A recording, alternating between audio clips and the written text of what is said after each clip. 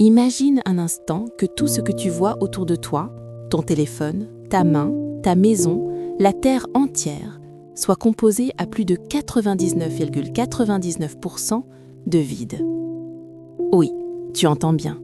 Ce que tu touches, ce que tu crois solide, ce que tu crois plein, est presque entièrement vide. Prends une seconde pour réaliser ce que cela signifie réellement. Cela veut dire que si l'on pouvait retirer tout ce vide, la totalité de ton corps tiendrait dans un grain de poussière microscopique. Vertigineux, n'est-ce pas? Alors une question vertigineuse s'impose. Si tout est vide, pourquoi rien ne s'effondre? Pourquoi ton corps garde sa forme? Pourquoi les murs restent solides? Pourquoi la Terre ne s'effondre-t-elle pas sur elle-même? Que se cache-t-il vraiment dans cet espace invisible entre les atomes? Aujourd'hui, nous allons pénétrer dans le territoire le plus mystérieux de la science moderne. Un monde où le vide n'est pas vide, un monde caché sous la réalité visible. Bienvenue dans l'invisible. Pendant des millénaires, l'humanité croyait que la matière était continue, compacte, indivisible. Les philosophes de l'Antiquité imaginaient la matière comme un bloc solide, impossible à fragmenter davantage. Pour eux, si l'on coupait un objet encore et encore, on finirait forcément par atteindre un élément ultime, plein, sans vide. Mais au début du XXe siècle, une expérience allait bouleverser cette vision à jamais. En bombardant une fine feuille d'or avec des particules extrêmement rapides, les scientifiques observèrent un phénomène totalement inattendu. La plupart de ces particules traversaient la feuille, comme si elles n'existaient presque pas, comme si elles traversaient du vide. Cette expérience révèle une vérité stupéfiante. L'atome est presque entièrement vide. Son noyau est minuscule, incroyablement dense, concentrant presque toute la masse. Les électrons, eux, gravitent très loin autour.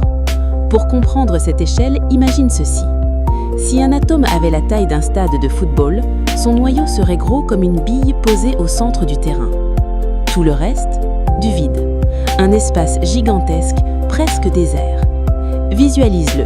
La matière que tu touches, les objets autour de toi, ton propre corps, sont essentiellement constitués de vastes espaces vides, séparant des particules minuscules.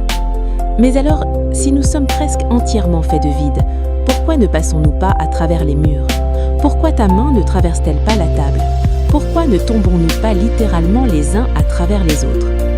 La réponse se trouve dans une force invisible mais fondamentale, les forces électromagnétiques. Les électrons portent tous la même charge électrique négative. Lorsqu'ils se rapprochent trop, ils se repoussent avec une violence extrême. Cette répulsion est si puissante qu'elle crée une véritable barrière énergétique. Cette barrière empêche les atomes de se traverser. Ce que tu ressens comme la solidité n'est en réalité qu'un champ de force.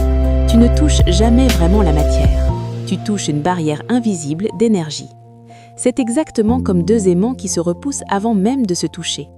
Ce phénomène est universel, il maintient la cohésion de la matière, des objets les plus petits aux structures cosmiques gigantesques. Sans lui, l'univers tel que nous le connaissons n'existerait tout simplement pas.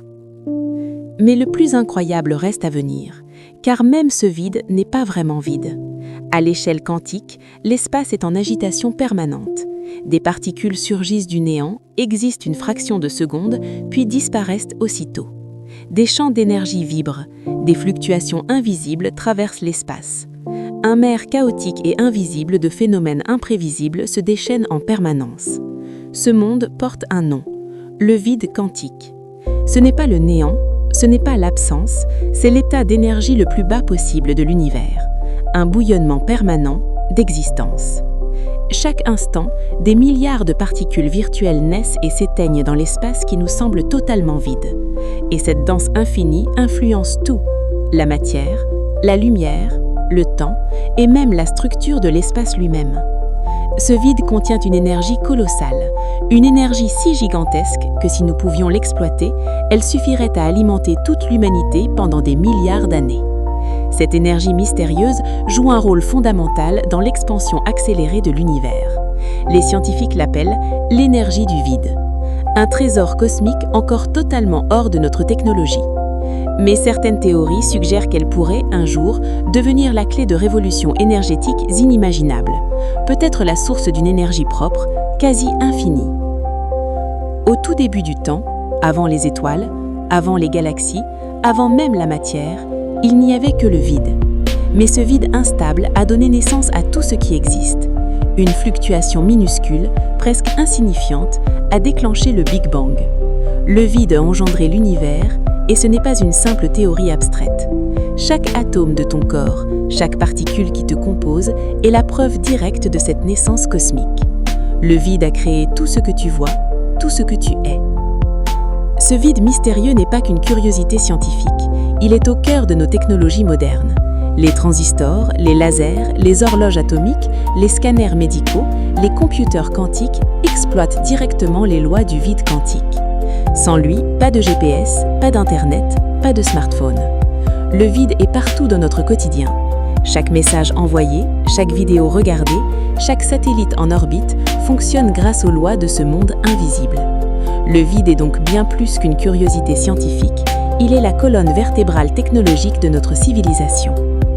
Finalement, la plus grande illusion de notre existence, c'est de croire que nous sommes faits de matière.